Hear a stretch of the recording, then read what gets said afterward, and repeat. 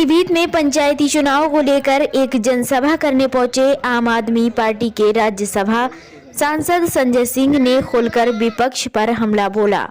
खासकर संजय सिंह ने भाजपा को आड़े हाथों लेते हुए कहा कि केंद्र सरकार और प्रदेश सरकार नफरत की राजनीति कर रही है। उन्होंने उत्तर प्रदेश सरकार के 4 सालों को भी बिल्कुल फेल बताया। संजय सिंह का कहना था कि प्रदेश सरकार नफरत की राजनीति कर रही है और नफरत फैलाने का काम कर रही है। आम आदमी पार्टी इसका विरोध करती है। संभावित प्रत्याशी जफर सुपारी के समर्थन में आयोजित एक जनसभा में आए थे। इसके साथ ही उन्होंने कुछ दूरी तक रोड शो कर जनता का समर्थन हासिल करने की कोशिश की। एमएसपी था, एमएसपी है, एमएसपी रहेगा। मैंने कहा झूठा था, झूठा है, झूठा ही रहेगा। संजय भैया, संजय भैया, झूठा है, झूठा ही रहेगा। इतने कॉन्फिडेंस के साथ झूठ बोलने वाला पूरे दुनिया में कोई प्रधानमंत्री आपको नहीं मिलेगा। हमारे यहां खलीलाबाद में गए प्रधानमंत्री जी, खलीलाबाद में जाके बोले संत कबीर जी, बाबा गोरखनाथ जी और गुरु नानक देव जी एक साथ मीटिंग करते थे। अब पता चला कि तीनों के जीवन काल में 100 साल का अंतर है। बिहार में गए तो बोले सिकंदर जब बिहार में आया था तो बिहारियों ने मार के भगाया था। अब सिकंदर बेचारा बिहार कभी गया ही नहीं।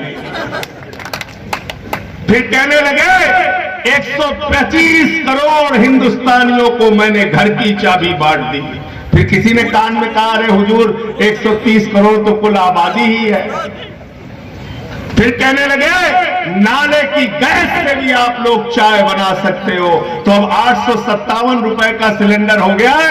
अब नाला खोज के अपनी चाय बना लो आप लोग। ये देश के प्रधानमंत्री क्या कहते थे, इतना लाख करोड़ रुपए काला धन लाएंगे कि हर आदमी के खाते में कितना जमा हो जाएगा। सबको याद है, कोई भूला नहीं है। कितना जमा हो जाएगा? 15 लाख। 15 लाख आ गए, 15 रुपए नहीं आए। मुझे एक पत्रकार ने कहा, संजय सिंह जी आप हमेशा भाजपा के खिलाफ बोलते रहते हैं, आप हमेशा प्रधानमंत्री के खिलाफ बोलते हैं। अगर प्रधानमंत्री ने कह दिया एमएसपी था, एमएसपी है, एमएसपी रहेगा, तो आपको मानने में तकलीफ क्या है? मैंने कहा मैं मान लूंगा, पहले आप मान लीजिए फिर मैं मान लूंगा। नहीं आया। मैंने कहा आपके खाते में 15 लाख तो आ गया होगा। बोले आज तक नहीं आया। मैंने कहा चलो 2 करोड़ नौजवानों को रोजगार तो मिल गया होगा। बोले नहीं मिला। मैंने कहा जीएसटी से दूसरी आजादी तो मिली होगी। बोले नहीं मिली। मैंने कहा नोटबंदी से देश की तकदीर तो बदल गई होगी। बोले नहीं बदली। अरे मैंने कहा गन्ना किसान का 4 साल में 1 रुपए तो बढ़ा होगा। बोले नहीं बढ़ा। मैंने कहा 18,000 करोड़ रुपए गन्ना किसानों का भुगतान तो हो गया होगा। बोले नहीं हुआ। अरे मैंने कहा स्वामीनाथन आयोग की रिपोर्ट तो लागू हो गई होगी। बोले नहीं हुई। तो मैंने कहा ऐसे झूठे आदमी का भरोसा कैसे कर ले बताओ। संजय भैया आम आदमी पार्टी कर ले भरोसा? भरोसा है? भरोसा है क्या? झूठ बोलने का काम, दिन रात झूठ बोलने का काम। संजय जी आप यहाँ पर आए हैं ये पंचायती चुनावों को लेकर एक जनसभा करने के लिए आए हैं। क्या ये माना जाए कि यूपी के अंदर विधानसभा चुनावों की तैयारी में है आम आदमी पार्टी? निश्चित रूप से हम लोग इस पंचायत के चुनाव को मजबूती से लड़ेंगे और यहीं से हमारे विधानसभा चुनाव की भी शुरुआत हो रही है। इस चुनाव में हम लोग दिल्ली के मॉडल की भी चर्चा करेंगे, गांव-गांव में संगठन के निर्माण का भी काम करेंगे, गांव-गांव में सभाएं भी करेंगे। जैसे आज इस बाजार में सभा हुई, तो उत्तर प्रदेश की सरकार की हकीकत भी बताएंगे। सर ये बताइए, 4 साल हो गए आदित्यनाथ जी के, और इन 4 सालों में उत्तर प्रदेश को मिला क्या? अपराधीकरण। कानपुर में 8 पुलिस के जवान शहीद कर दिए जाते हैं माफियाओं के द्वारा। हाथरस जैसा कांड होता है। 6 साल की, 10 साल की, 8 साल की बच्चियों के साथ बलात्कार। 3 बार के पूर्व विधायक निर्वेंद्र मिश्रा की निर्मम हत्या, पत्रकार विक्रम जोशी की हत्या, ऐसे हजारों केसेस हैं। आप अखबार रोज उठाकर देखते हैं तो आप देखते हैं कितना अपराधीकरण उत्तर प्रदेश में बढ़ा हुआ है। इसके साथ साथ अगर अस्पतालों की बात करें, खुद गोरखपुर में मुख्यमंत्री के जिले में 64 बच्चे ऑक्सीजन की कमी से मर जाते हैं। उत्तर प्रदेश में यही बगल में मुरादाबाद के अंदर महिला सर्जिकल वार्ड में, बंद करा दो, महिला सर्जिकल वार्ड में कुत्ता बैठा हुआ था। हरदोई की एक तस्वीर आई थी, डॉक्टर की कुर्सी पर कुत्ता बैठा हुआ था। आज अस्पतालों की हालत ये हो गई है उत्तर प्रदेश के अंदर कि आज लोग अपना इलाज कराने के लिए जाने से डरते हैं अस्पतालों में।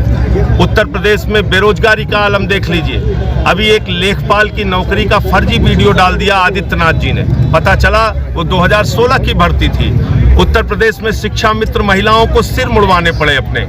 उत्तर प्रदेश में जो भी नौजवान नौकरी मांगने के लिए सड़क पर उतरता है उसको लाठी खींचा जाता है, मुकदमे लिखे जाते हैं। कोरोना काल में हमने देखा ऑक्सीमीटर में दलाली खाई गई, थर्मोमीटर में दलाली खाई गई। कोरोना के काल में भी घोटाला किया गया, शमशान में दलाली खाई गई। जल जीवन मिशन जिसका भ्रष्टाचार अभी मैंने खोला, 1,20,000 करोड़ की योजना, उसमें अभी से ही भ्रष्टाचार शुरू कर दिया इन लोगों ने। और एक कर्मचारी ने आत्महत्या की, मोहन सिंह जिसका नाम है। तो ये हो रहा है उत्तर प्रदेश में। दिल्ली में आपकी पार्टी अपराधीकरण, भ्रष्टाचार है। किसानों को 18,000 करोड़ रुपए गन्ने का भुगतान नहीं किया गया। किसानों के 4 साल में गन्ने का दाम 1 पैसे भी नहीं बढ़ाया गया। धान का, गेहूं का दाम किसानों को नहीं दिया गया। उत्तर प्रदेश के अंदर आज बिजली के दाम आसमान पर हैं। हर जगह आप देख लो, आज एक भ्रष्टाचार की सरकार उत्तर प्रदेश के अंदर चल रही है और आम आदमी की जिंदगी में दुश्वारियों का कारण बनी है। आप लोग सरकार पर काली पोतने का क्या पूरा मामला आपने बयान दिया है?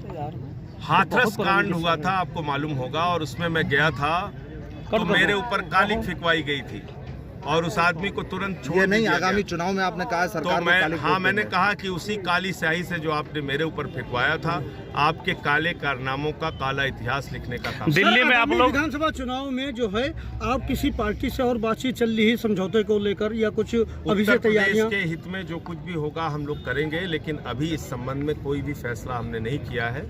अभी हमारा पूरा ध्यान जिला पंचायत के चुनावों पर है। उसके माध्यम से हम अपने विधानसभा चुनाव का भी प्रचार। सर कुछ पत्ते खोल दिए विधानसभा चुनाव